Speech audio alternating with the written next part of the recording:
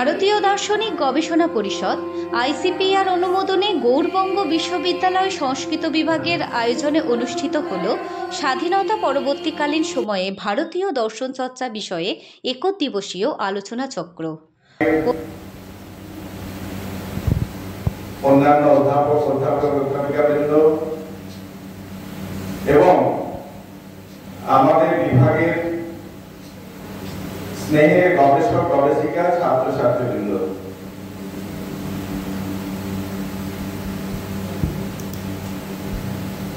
আজকে বিভাগের একটি বিশেষ দিন, এই কারণে যে আমরা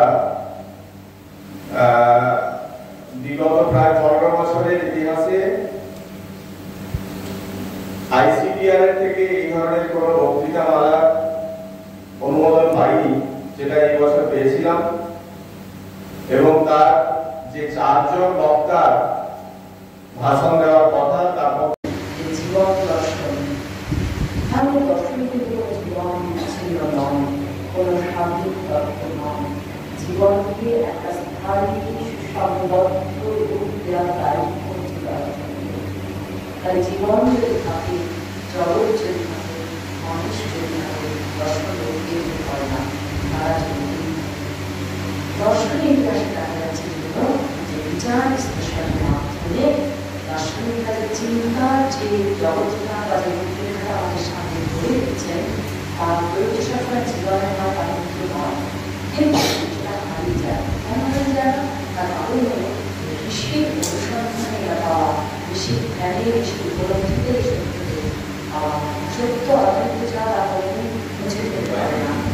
সেই জন্য এখানে বলা হয়েছে যে ভারতের এখানে বিজ্ঞানের সঙ্গে কথা হয়। বিজ্ঞান কি করছে না, বিজ্ঞান প্রয়োগের কথা হচ্ছে।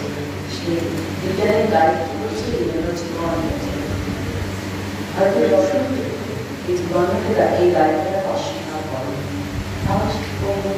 মানুষ, ঈশ্বর, আধ্যাত্মিকতা, সৌন্দর্য, নৈতিক মূল্য, এই সব কিছু নিয়ে অতিথিদের প্রদীপ প্রজ্বলন ও ছাত্রছাত্রীদের সমবেত সংস্কৃত গানের মাধ্যমে অনুষ্ঠানের শুভারম্ভ হয়। উক্ত আলোচনা চক্রে মুখ্য বক্তা ছিলেন বিশ্বভারতী বিভাগের প্রাকৃত, পালি ও সংস্কৃত বিভাগের বরিষ্ঠ অধ্যাপিকা ডক্টর ললিতা চক্রবর্তী ও বিশ্ববিদ্যালয়ের কলা বিভাগের ডিন অধ্যাপক ডক্টর সৌরেন বন্দ্যোপাধ্যায়। অন্যান্যদের মধ্যে উপস্থিত ছিলেন গৌড়বঙ্গ বিশ্ববিদ্যালয়ের সংস্কৃত বিভাগীয় প্রধান অধ্যাপক ডক্টর চন্দন ভট্টাচার্য, রায়গঞ্জ বিশ্ববিদ্যালয়ের অধ্যাপক ডক্টর স্বপন মাল ও বিভাগীয় অধ্যাপক মণ্ডলী। প্রায় শতাধিক ছাত্রছাত্রী, গবেষক গবেষিকা ও অন্যান্য কলেজ হতে আগত শিক্ষক মণ্ডলী এই আলোচনা চক্রে অংশগ্রহণ করেন।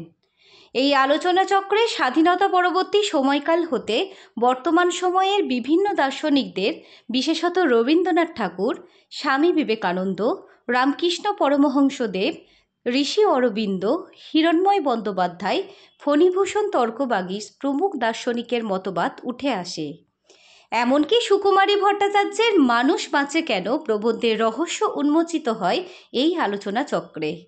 অধ্যাপিকা ললিতা চক্রবর্তী বলেন, রামকৃষ্ণ পরমহংসদেবের যত মত তত পথকে প্রাধান্য দিয়ে সকল ধর্মের ঊর্ধ্বে গিয়ে মানবতাবাদকে বা মানব দর্শনকে প্রাধান্য দিলেই ভারত তথা বিশ্বের জাতীয় ঐক্য ও বিশ্বশান্তি বজায় থাকবে।